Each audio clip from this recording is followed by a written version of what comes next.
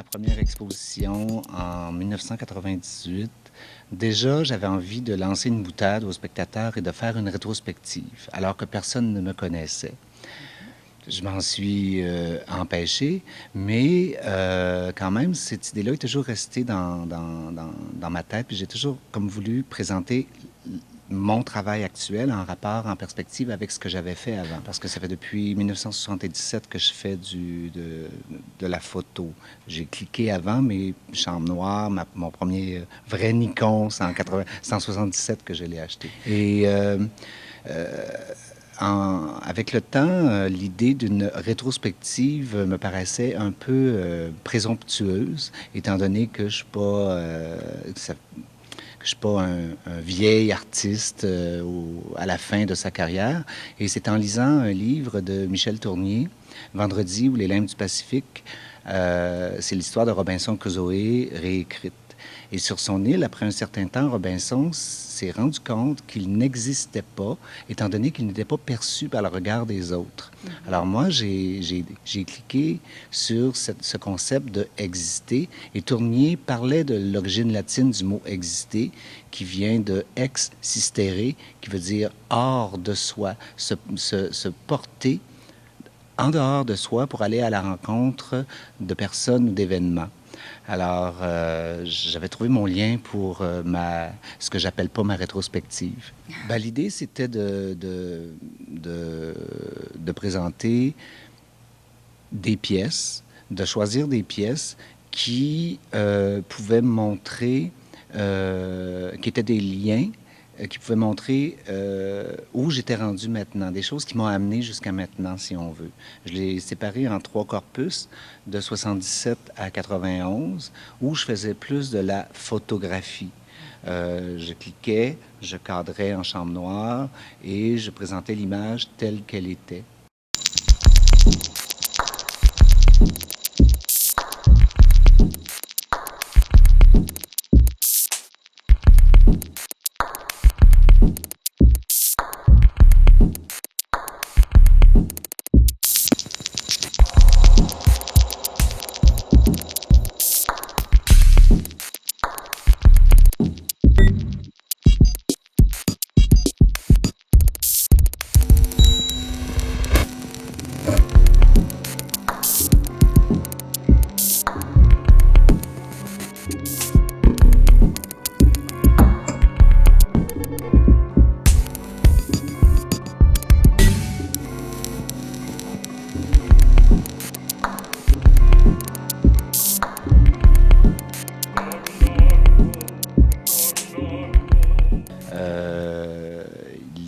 Dans le deuxième corpus, qui sont les années de 92 à 2001, j'ai fait des expérimentations en chambre noire, tout ça, le traitement sélectif de l'image. J'ai présenté ces choses-là. Ces choses-là ont déjà été exposées.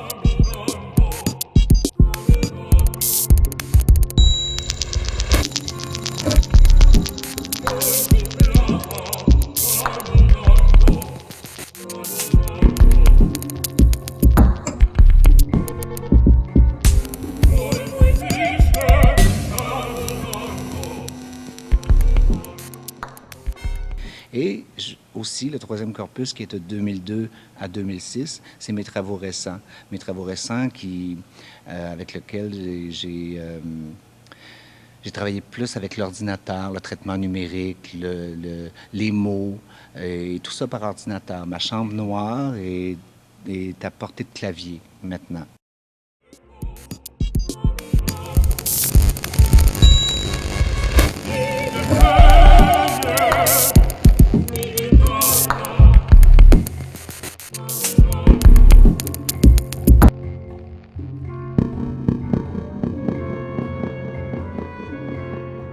La plus récente, ce serait celle que vous apercevez derrière. C'est la plus grande de l'exposition, qui est de 4 pieds par 6 pieds. Et c'est une photo d'une de mes sœurs. Ma sœur Pierrette a eu un diagnostic de cancer et elle a eu la chimiothérapie, radiothérapie, elle a perdu ses cheveux, tout ça. Et à un moment donné, elle m'a demandé, elle dit, est-ce que ça te tenterait de prendre des photos?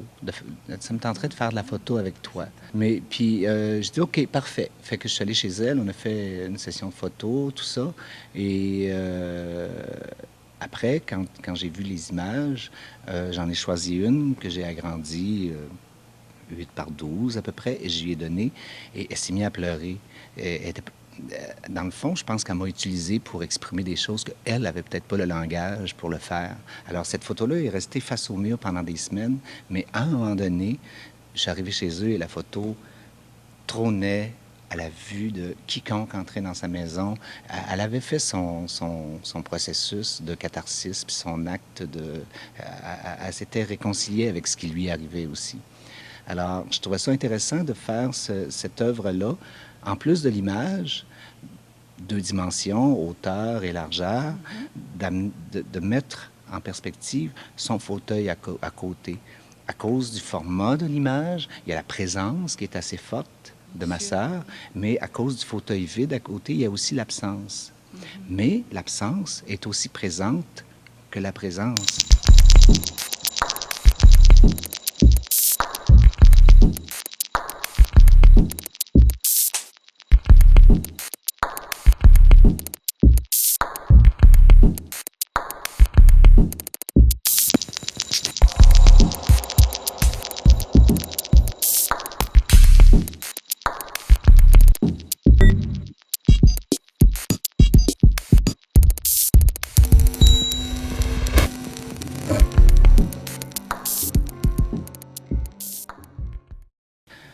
Moi, en création, je ne fais pas les choses pour choquer ou pour amener une controverse quelconque. Créer, c'est se rendre disponible à une espèce d'inconscient collectif, universel, ou je sais pas quoi. On est un médium quand on est en création. C'est sûr que la difficulté vient quand, à un moment donné, on choisit ou non de présenter ces choses. Mais le problème de la controverse, c'est quand on associe les symboles religieux à Dieu. Moi, je pense que c'est 2 choses.